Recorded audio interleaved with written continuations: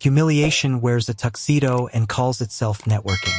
I walked into the Hartwell Gallery wearing the suit my wife picked, and watched her choose another man in front of people who couldn't wait to see how I'd take it.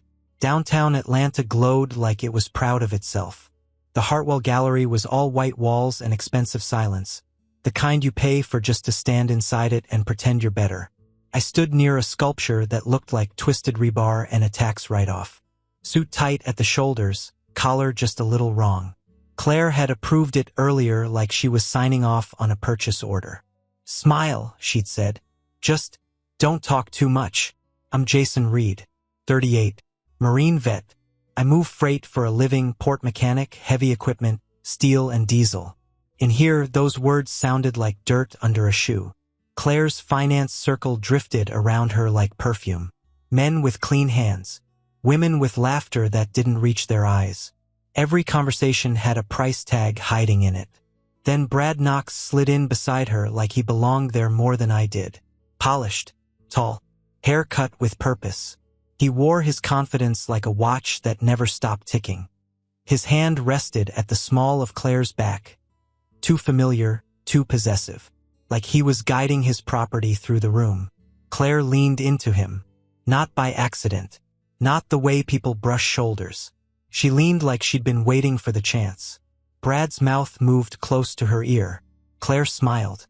Soft. Private. Something I hadn't gotten in months without asking for it first. I walked over. Not fast.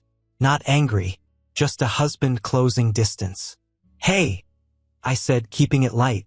"You've been hard to catch tonight." Claire turned toward me like I'd interrupted a meeting. Her eyes flicked down my suit, up my face, and her expression tightened. Disappointed, like I'd failed a test I didn't know I was taking. Brad didn't move his hand. "I'm trying to introduce you," Claire said. "To people. Important people." "I can introduce myself," I said. "I just wanted a minute with my wife." That's when she did it. Not a slap.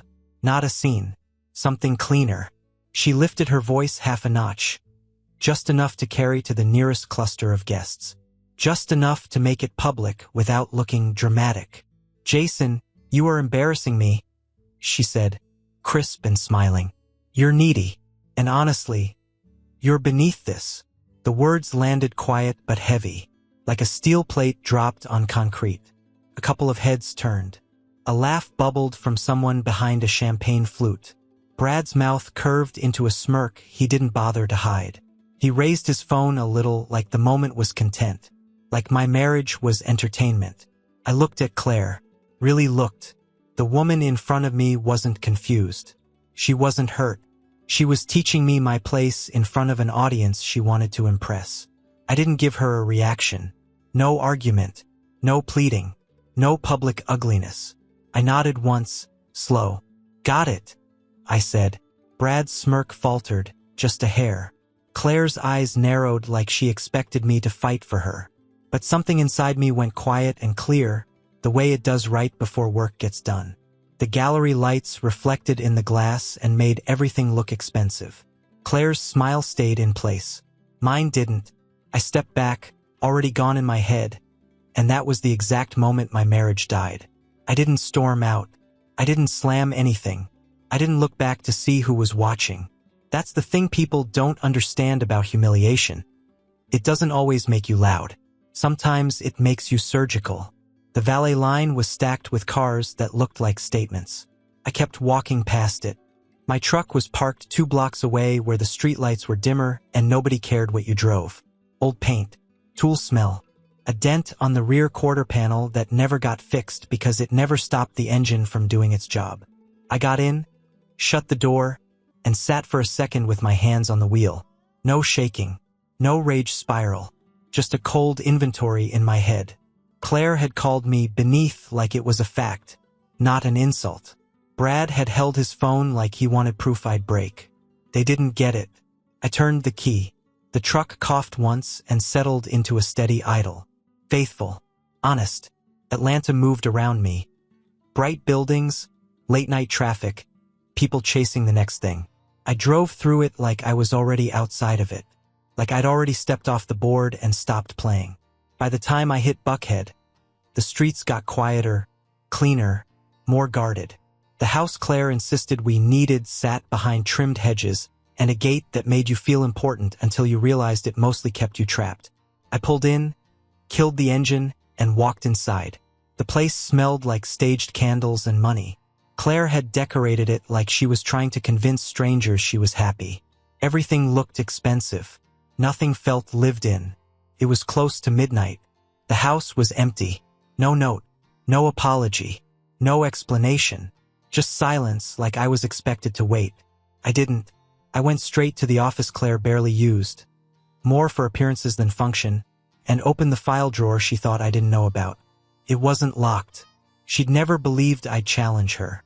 Inside, the prenup she demanded, neatly filed in a folder with our names printed in perfect font, like our marriage had been a contract from day one.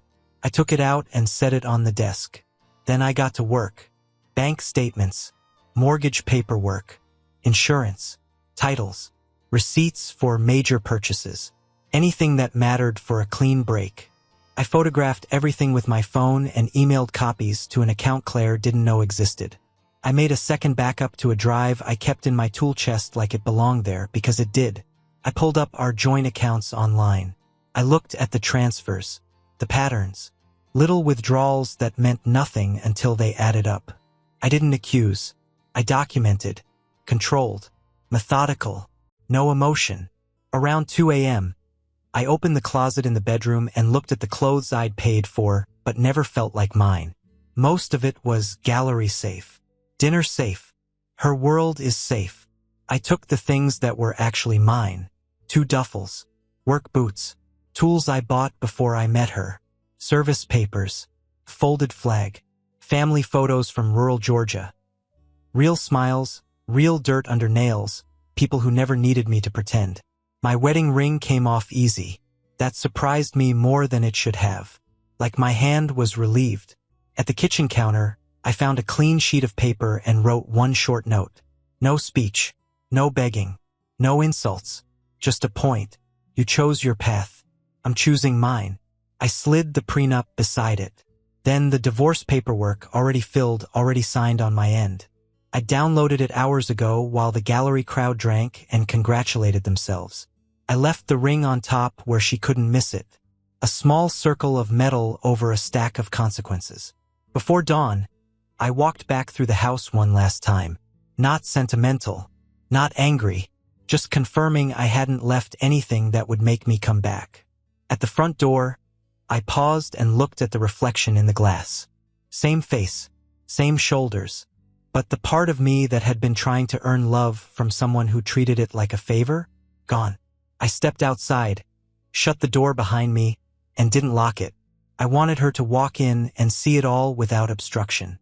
Then I got in my truck and drove away as the sky started to lighten. Calm, focused, and finished. Savannah smelled like salt, diesel, and wet wood. The Port District had its own rhythm. Forklifts beeping, chains clanking, men yelling over machinery like it was normal conversation. My place sat just outside the main drag. A converted warehouse with a roll-up door, a concrete floor stained from honest work, and a small office I'd built out of plywood and stubbornness. I'd kept it for years as a practical escape. Not a fantasy, not a someday. Fallback, a second position. Marines learned to have one. When I pulled in that first morning, the sun was barely up and the air was cold enough to feel clean. I unlocked the door, stepped inside, and listened. No music, no voices, no Claire, just the quiet hum of possibility. I threw my duffels in the corner and got to work before I had time to think too much. The first job was a busted hydraulic system on an old yard mule that nobody wanted to touch because it leaked like it was bleeding out. I laid my tools out in a straight line, got my hands dirty, and fixed it. Simple, honest. You do the work, the problem goes away.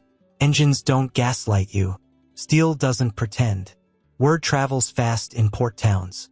By the end of the week, I was getting walk-ins and calls. You the guy who can make this run? And the jobs got heavier, uglier, more impossible. That's how I wanted it. I took a gearbox rebuild that should have been scrapped. I took a bent frame repair that needed heat, clamps, and patience.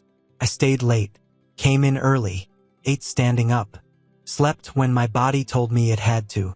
The old mechanics watched me at first like they were waiting for me to screw up. They didn't care about my Marine story. They didn't care that I'd worn a suit in Atlanta. Down here, nobody respected a resume. They respected the results.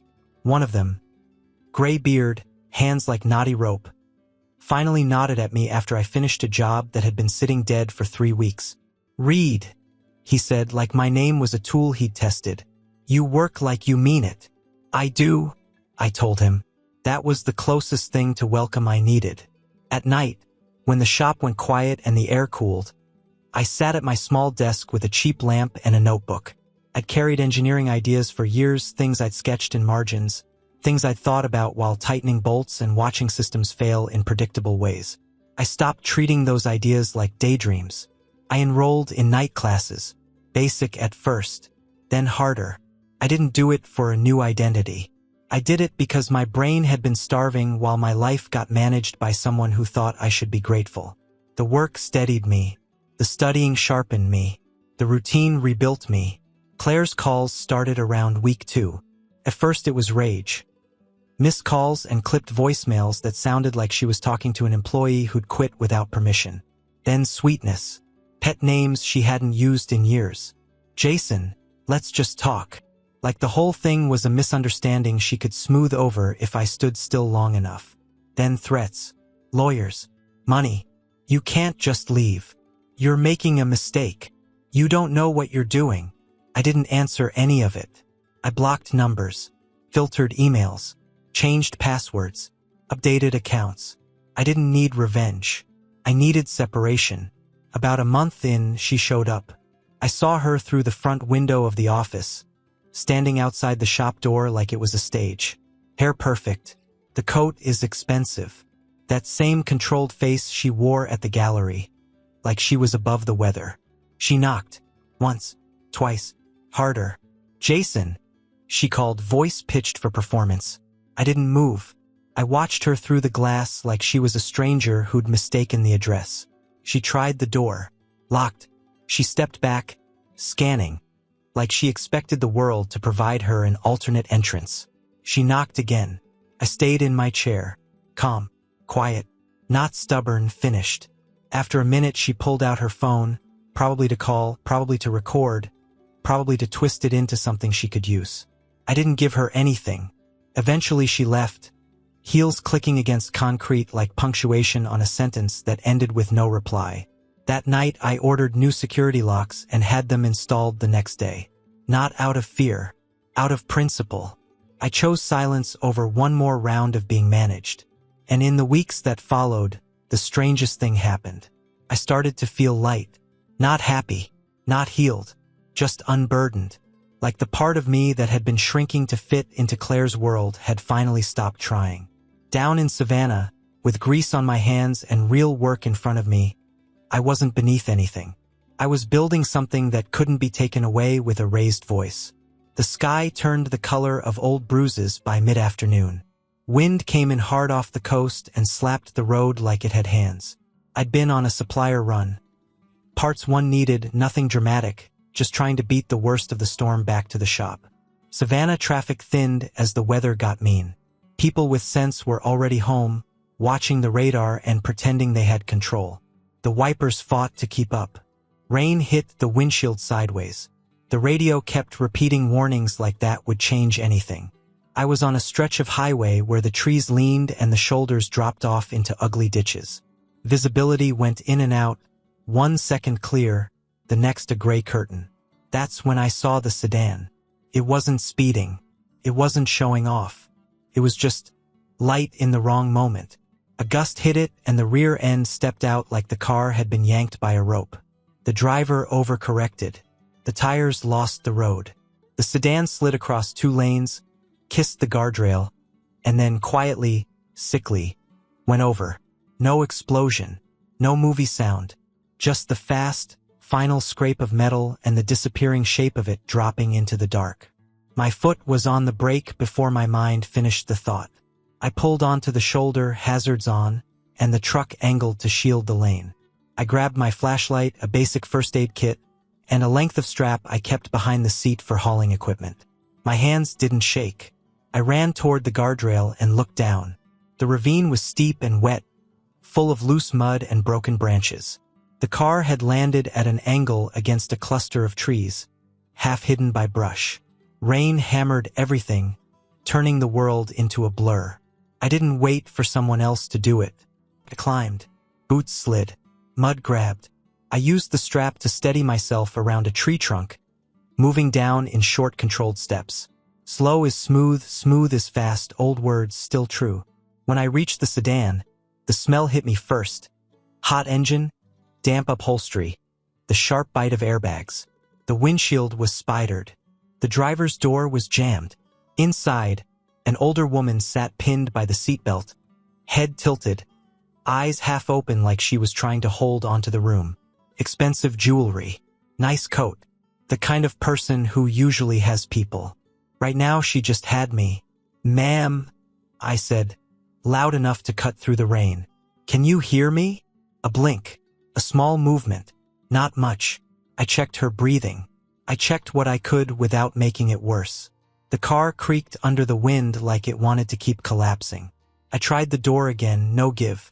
I moved around to the passenger side. The handle opened, but the frame resisted, bent from the impact. I used my shoulder, then the strap, then leverage, pulling with steady force, not panic. Metal finally gave a fraction. Enough. I got inside just far enough to reach her belt latch. My fingers found it on instinct. Click. I braced her carefully. One arm behind her shoulders, one under her knees. I didn't yank. I didn't jerk. I moved her out like she mattered. The rain tried to steal her from my grip. Mud tried to take my footing. I kept moving. By the time I got her up the slope, my clothes were soaked through and my lungs burned like I'd swallowed salt. Another driver had stopped. Someone was already on the phone with emergency services, voice high and shaking. Good. I laid the woman on a dry patch of grass near my truck, kept her warm with my jacket, kept her talking in short answers. "Name?" I asked. She tried. It sounded like it got lost. Sirens took too long in weather like this, but they came. Paramedics moved in quick, professional. They asked questions. I gave clean answers. No drama. At the hospital, chaos had its own soundtrack. Wet shoes on tile, rolling wheels, shouted names. They took her through doors I couldn't follow. Nobody told me to stay. I stayed anyway. I sat in a hard plastic chair under fluorescent lights, dripping onto the floor, hands raw, eyes steady. Hours passed in pieces. Phones rang. People cried. A nurse gave me a look like she couldn't figure out why I was still there. Then a doctor came out with fatigue on his face and urgency behind it. "She's alive," he said, "but she lost a lot of blood. We need a rare type, and the storm's slowing everything down." He looked at me like I might be able to help, even if he didn't know why. I stood up without thinking. "What type?" I asked. The doctor didn't look at me like I was a hero. He looked at me like I was a tool that might fit the problem. "Rare type," he said again, rubbing his forehead. "If you match and you're willing, we can move fast." "I match," I told him. He blinked. "You know your type?" "Yeah," I said. "They drilled it into us. I keep it on my dog tags." They moved me into a small room that smelled like antiseptic and tired air. A nurse verified my identity, asked the same questions 3 different ways, then drew blood with practiced calm. I sat still. Not because I was fearless, because stillness is what you do when something matters. While they prepped the donation, a different doctor came in and asked a few more questions: where I lived, if I had family nearby, medical history. I kept answers short. Then he paused on the chart like something had snagged him. "Your last name is Reed," he said. "Yeah." He didn't push it, just nodded and left like it wasn't important. The donation went smoothly. The bag was filled. The nurse labeled it and carried it out with the kind of care people give things that can't be replaced. I expected that to be the end of it. Practical problem, practical solution. But hospitals don't always let things stay simple. An hour later, a lab tech came by and asked for another sample. "Confirmatory typing," she said. It's uncommon. We need to be certain. Sure, I told her, holding out my arm again. Another hour passed. Then the doctor from earlier returned, same face, different tension. Mr. Reed, he said, and his voice had changed. Can we talk somewhere private? He led me into a small consult room with a box of tissues nobody had touched. He shut the door and didn't sit down right away. Your donor tests came back, he said. You're a match. That part's good. Then what's the look for? I asked. He pulled a folder and tapped it like it weighed too much. During extended typing, the lab flagged an inherited antigen pattern. It's rare to see this degree of compatibility outside close family. Given the name match, we ran a rapid kinship verification with consent protocols. I stared at him. Kinship. He held my eyes. Parent-child. My throat tightened, but my voice stayed level. That's not possible. He opened the folder. The patient's identity has been confirmed. Her name is Margaret Reed. The name hit like a blunt object. I heard my own breathing in the room. I was raised by good people, I said slowly. Rural Georgia. I stopped, because I realized I'd never finished the sentence in my life. He nodded like he'd already expected that. I'm not saying they didn't raise you. I'm saying the genetic results indicate she is your biological mother. The room went quiet in a new way. Not peaceful, just hollow. They let me see her after. She was propped up in bed, pale, sharp-eyed despite the machines and the storm damage still rattling the windows. When she looked at me, something in her face tightened like she'd been holding a breath for decades. Jason, she said, not as a guess, as a claim she'd earned through pain. I didn't move closer. I didn't run to her. I stood there like a man who'd been handed a weapon he didn't understand. You know me, I said. Her mouth trembled once, then steadied. I never stopped looking. I studied her hands. Rings, scars, the subtle signs of a life that had been fought for. Not soft, not simple. How? I asked. How does a person lose a son and still? Atlanta, she said, and the word came out like rust. An infant taken, a case that went cold. A life I built anyway. While I kept digging, there was no instant warmth. No movie reunion. Just two people sitting in the wreckage of a truth neither of us could ignore. I saved you, I said finally, more to the air than to her. Margaret's eyes didn't blink. You did. I nodded once like I was confirming a target. Then we're going to talk, I said, carefully, and all the way. She exhaled, and for the first time, she looked less like a stranger and more like someone who'd been waiting to be believed. Margaret didn't show up like a Hallmark reunion. She showed up like a woman who had survived losing a child and built a life anyway. Sharp, controlled, watching everything. We met in a quiet room off the hospital wing once she was stable. She didn't waste time pretending this was normal. I own a logistics company, she said. A large one. I didn't react. People say things to see if you'll bend. And? I asked. And I've watched you, she said. You didn't hesitate in that storm. You didn't ask for praise. You stayed. That tells me what you are. What I am, I said, is a man with a shop and a life I'm rebuilding. I'm not looking for a new owner. A small pause. Then she nodded like she respected the line. I want to help you expand, she said. Equipment, staff, space, whatever you need. There it was. The hook under the velvet. I'm not taking pity money, I told her. Not from anyone. Not even you. Her eyes narrowed, but not in offense. More like she'd been waiting for me to say it. Good, she said. Then don't. I blinked. What? She leaned forward, voice even. I'm not offering charity. I'm offering a partnership. Structured. Equal. Clean.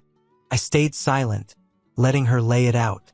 You keep operational control, she said. I bring capital and network. We both keep leverage. Major decisions require both signatures. Exit clauses. Audit rights. No surprises. Business language. No sentiment. No guilt. It hit me then. She wasn't trying to buy my love. She was trying to build something that couldn't be faked.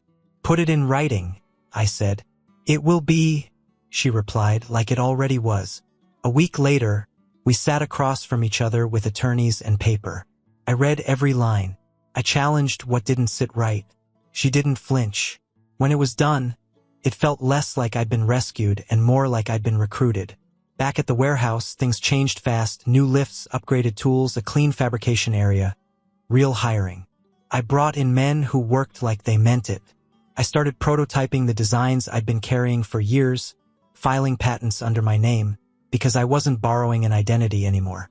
We named it Reed Systems, not as a gift, as a bridge, between the name I'd lived under and the name that had been waiting for me the whole time. Rumors hit Savannah before headlines did. Doc guys talk, vendors talk, lawyers' assistants talk. A name like Brad Knox travels fast when it starts bleeding. Fraud.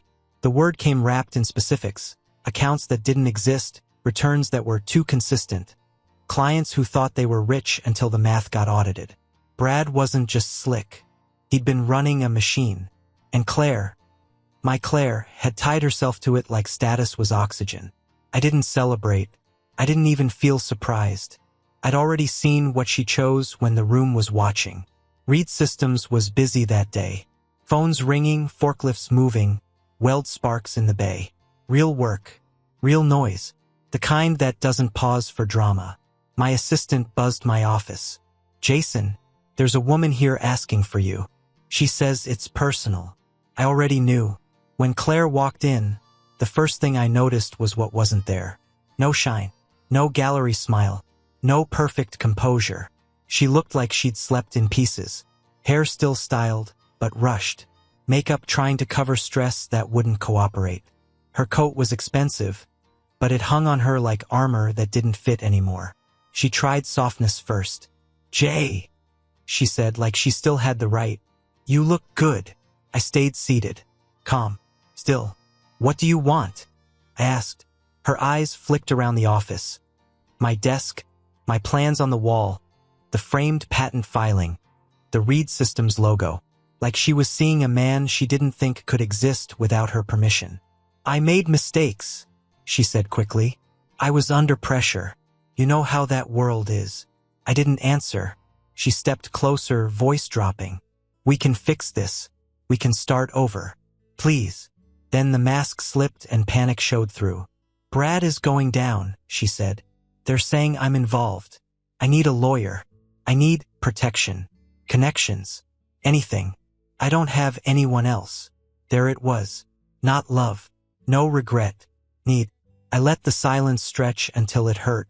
Not to punish her. Just to let the truth stand up in the room. You remember the gallery? I asked. Her mouth opened, then closed. You told me to know my place. I continued, voice even. You made sure people heard it. Claire's eyes watered, but she didn't get to use that on me anymore. I'm sorry, she whispered. I nodded once. I believe you're sorry. Hope flashed in her face. Not for what you did, I finished. For what it's costing you. She froze. I tapped my desk phone. Security to my office. Claire's breath hitched. Jason, don't do this. I'm not doing anything, I said. I'm refusing. Two security guys appeared in the doorway. Professional, calm, already briefed by reality. Claire looked at me like she was waiting for the old version of me to step in and smooth it over. The version she could manage. I didn't move. Escort her out, I told them. They guided her toward the door. She tried one last time, soft voice, shaking hands. Please, she said. I need a fresh start. I held her gaze steady as steel. You already took yours, I said. Now live with it. The courthouse smelled like old carpet and fresh panic. Metal detector, empty pockets, shoes scuffing tile, people whispering like volume could change outcomes. Brad Knox sat at the defense table in a suit that didn't help anymore. His hair was still perfect, but his eyes kept darting, like he was looking for an exit that wasn't there. I'd heard he tried to run when the case cracked open. That detail fit him better than any tailored jacket ever did. Claire came in a few minutes later. No heels, no gallery posture, just a controlled walk that couldn't hide the tremor underneath. She didn't look at me at first. Then she did, quick, like touching a hot pan to confirm it still burns. I didn't react. I didn't nod. I didn't hate her out loud. I wasn't there to perform. The prosecutor spoke in clean sentences. Dates, transfers, recorded calls, messages that read like planning, not accident. It wasn't dramatic. It was worse than dramatic because it was organized. Claire's attorney tried to shape her into a victim of Brad's influence. The judge didn't buy the script. Ms. Reed, the judge said, voice flat. These were choices. Claire's lips parted like she wanted to argue. Then she remembered where she was. Brad kept staring at the table like the wood might forgive him. When the judge read the sentence, the room didn't explode. No gasps. Just the soft sound of a life being reduced to a number and a facility name. Claire's face drained. Her eyes went unfocused for half a second, like her mind tried to leave without her. I watched it happen the way you watch a machine fail. Not with joy, but with certainty. As the courtroom shifted, papers gathered, chairs scraping. I noticed a muted news screen mounted high on the wall. A local segment. My name under it. Reed Systems funds a new veteran support center.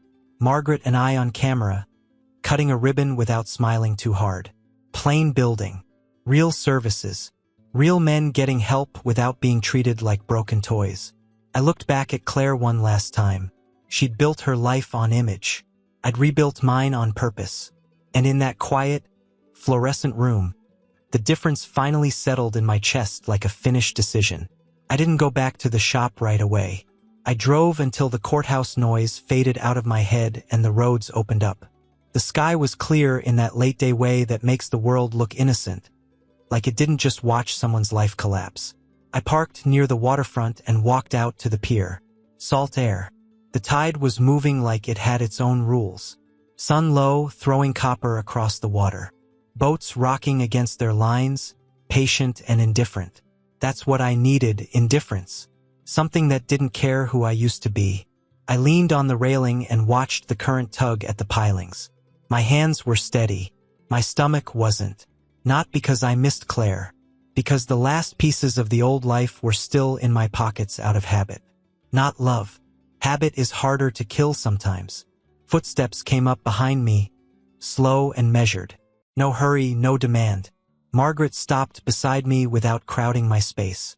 You didn't have to come, I said. I know, she replied. I wanted to. That was the difference between her and everyone else who'd ever tried to help me.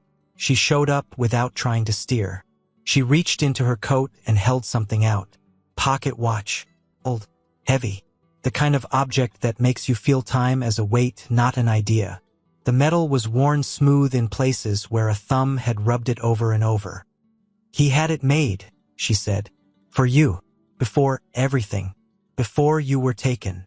My jaw tightened. Your biological father, she added, careful with the words like they could cut. He wanted you to have it when you were old enough.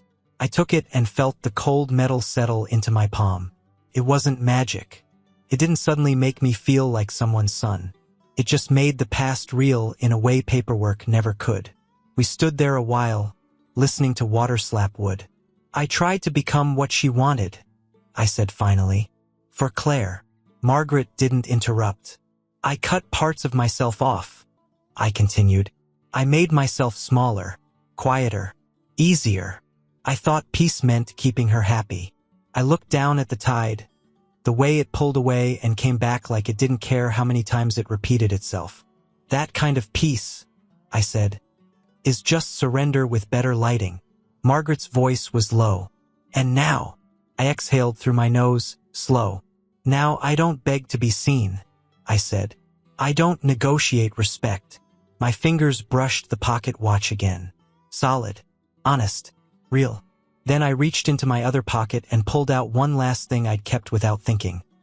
A small object from old life, something I'd carried out of routine. Not important, but symbolic. A leftover tether.